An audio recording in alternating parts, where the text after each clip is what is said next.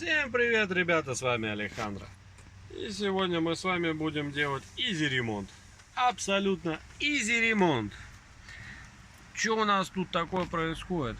У нас есть ограничитель открывания дверей. То есть он правильно так называется, как я думал.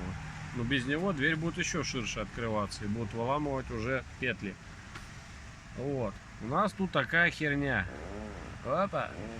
Вот так вот, прям насильно, без смазочки туда вот такой секс. И да простит меня Серега, что я его дверь царапаю. Как бы ладно, простит, я думаю. Что нам понадобится? Нам понадобится, сейчас я найду, вот такая вот конченая тряпочка, которая попу вытирают обычно. В армии бреются, если что. Вот такая вот штука, средство для стекол, потому что больше у меня ничего нет с собой. Ну все, сейчас начинаем ограничитель брызгать, вытирать, а потом самое секретное средство народное, которое надо нанести туда, это будет нелетол. Сейчас все покажу.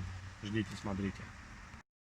Ну так вот, сейчас мы протерли вот этот вот ограничитель, а скрипит эта скотина где-то вот там, короче.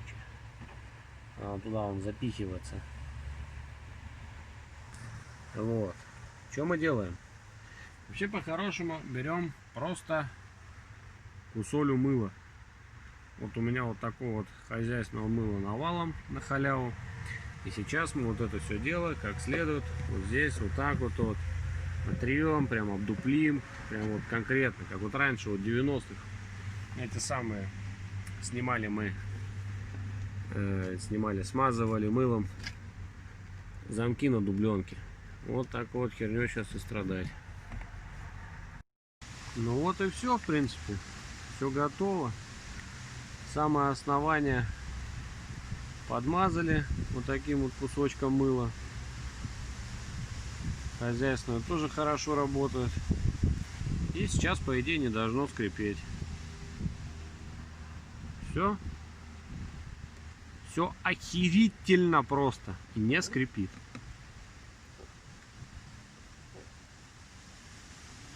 Еще нужно заднюю сторону подмазать. И будет все идеально. Можно, конечно, литолом, как это делают на других машинах. Вот. Но многие говорят, что литолом плохо, потому что на литол скапливается пыль, грязь, песок. И там внутри вот такая пластиковая втулка стоит, квадратная, в которую вот в эту херня как раз и заходит. Ее начинает шароебить всякое разное, кончать. И потом уже ничему помочь нельзя.